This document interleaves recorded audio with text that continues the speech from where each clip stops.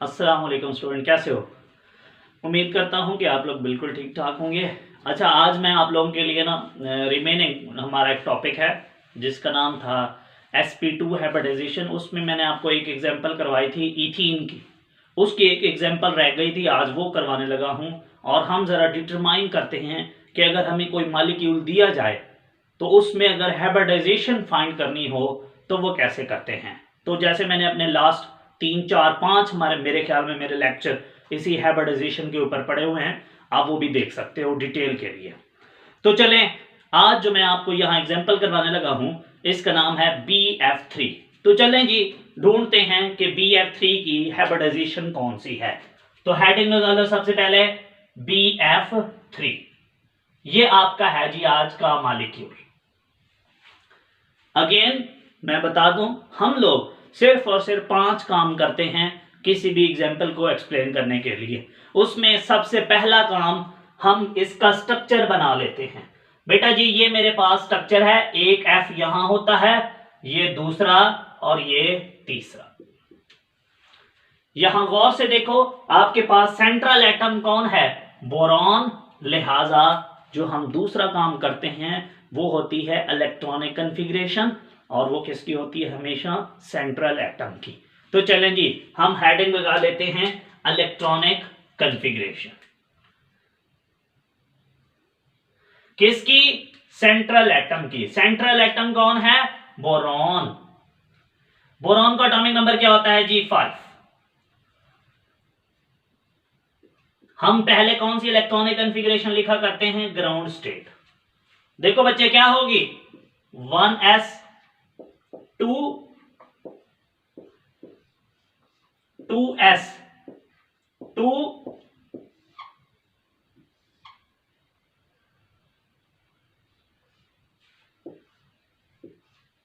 2px 2py 2pz 2 2 4 1 5, बाकी खाली पड़े। चलें जी, अब एक हम क्या बनाया करते थे? Excited state. एक्साइटेड स्टेट में क्या होता है कि इस लोअर ऑर्बिटल से इलेक्ट्रॉन जंप करके कहां चल जाता है? हायर में। तो अब जो नई आपके पास इलेक्ट्रॉनिक कन्फिग्रेशन बनेगी वो क्या कहलाएगी? Excited state. और वो कैसी होती है जी? वो कुछ ऐसी होती है कि 1s को हमने बिल्कुल नहीं छेड़ा, इसको वैसे लिखो। 2s को हमने छेड़ा है, अब उसमें 2 इलेक्ट्रॉन नहीं बचे, बाकी कितना बच गया है? 1। वो लिख लेते हैं जी।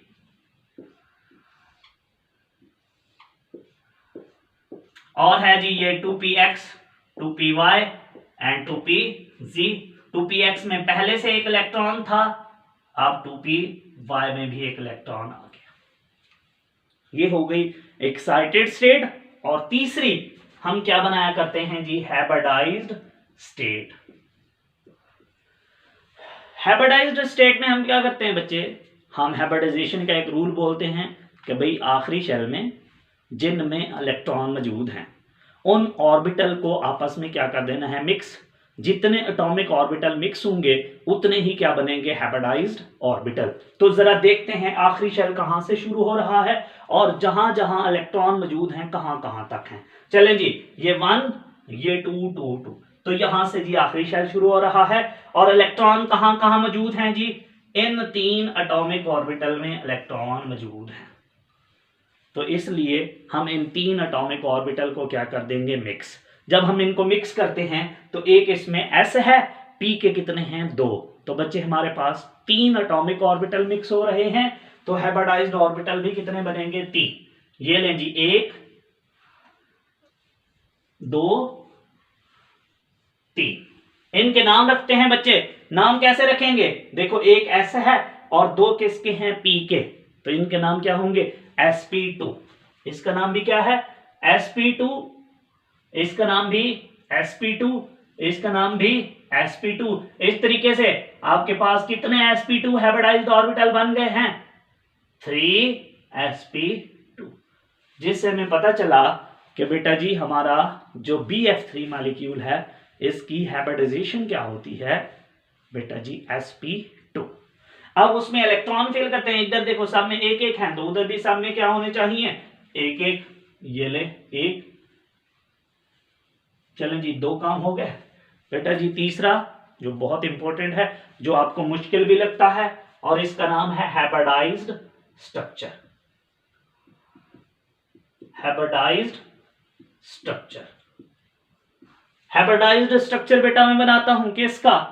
Bf3 का। तो बेटा जी सबसे पहले मैं बनाता हूं ये बोरॉन। इस बोरॉन के पास कितने हैं? sp2 हाइब्रिडाइज्ड ऑर्बिटल है बेटा 3। कहां कहां बनाने हैं वो जरा गौर से देखो। एक बॉन्ड यहां है, एक यहां, एक यहां, लिहाजा इसी डायरेक्शन में यहां 3 बॉन्ड बना लो, ऑर्बिटल बना लो sp2। ये लें 1, ये 2 और ये 3। ये है जी आपके पास sp2 हाइब्रिडाइज्ड ऑर्बिटल हैं बोरॉन के 3। ये नाम लिख लेते हैं जी, sp2 है, ये भी sp2 है और ये भी sp2 है। सेंटर में कौन है? बोरॉन। अब इसके साथ देखो साथ में कौन लगा हुआ है? फ्लोरीन। तो यहां ये बॉन्ड बनाने के लिए फ्लोरीन अपना कौन सा ऑर्बिटल लेके आता है? मैंने अपने लास्ट लेक्चर में बताया हुआ है। फ्लोरीन के पास कौन सा हाफ फिल्ड एटॉमिक ऑर्बिटल होता है जी? 2pz1। तो यहां फ्लोरीन अपना कौन सा ऑर्बिटल ले आएगा? 2pz1। तो इस तरीके से यहां आएगा 2pz1।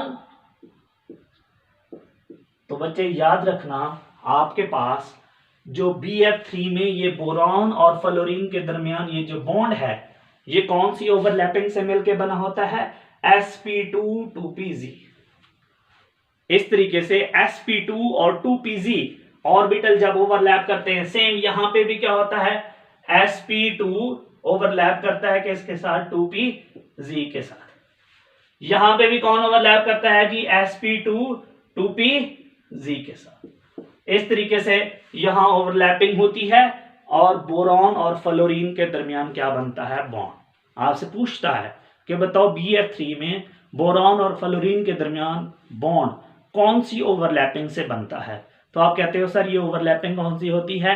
sp2 2pz ओवरलैपिंग होती है, तो ये बॉन्ड जनरेट होता है। चलें जी, हमारा इसके बाद होता है सेकंड लास्ट पॉइंट, फोर्थ। वो होता है हमारे पास बच्चे शेप या ज्योमेट्री। तो ये देखो, ये शेप या ये ज्योमेट्री कौन सी होती है? मैथ में भी पढ़ते हो, फिजिक्स में भी पढ़ते हो। इसको हम बोलते हैं ट्रायंगुलर। तो यहां लिख लेते हैं जी, ये ज्योमेट्री की हेडिंग लगा लोगे या शेप की, ये कौन सी शेप है? ट्रायंगुलर। इसके बाद लास्ट, ये बच्चे देखो, आप जानते हो ना ये वाला एंगल कौन सा होता है? 120 डिग्री। तो यहां लास्ट पॉइंट लिख लोगे बॉन्ड एंगल की हेडिंग, और बॉन्ड एंगल कितना होगा? 120 डिग्री। तो इस तरीके से आपके ये 5 पॉइंट कंप्लीट होंगे और आपकी ये एग्जांपल क्या हो जाएगी? सॉल्व। तो बच्चे ये एग्जांपल हमारी बेसिकली sp2 हाइब्रिडाइजेशन से ली गई है। आपकी बुक में sp2 की 2 एग्जांपल दी हुई हैं। एक है इथीन, जो मैं अपने पहले लेक्चर में बता चुका हूं, और एक है ये वाली जिसका नाम है Bf3।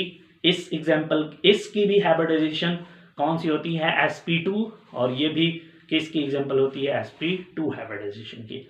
उम्मीद करता हूं कि आप लोगों को इसकी समझ आई होगी। आपको अगर समझ आ गई है बेटा जी, इसको 2-3 बार राइट डाउन करो और प्रैक्टिस करो।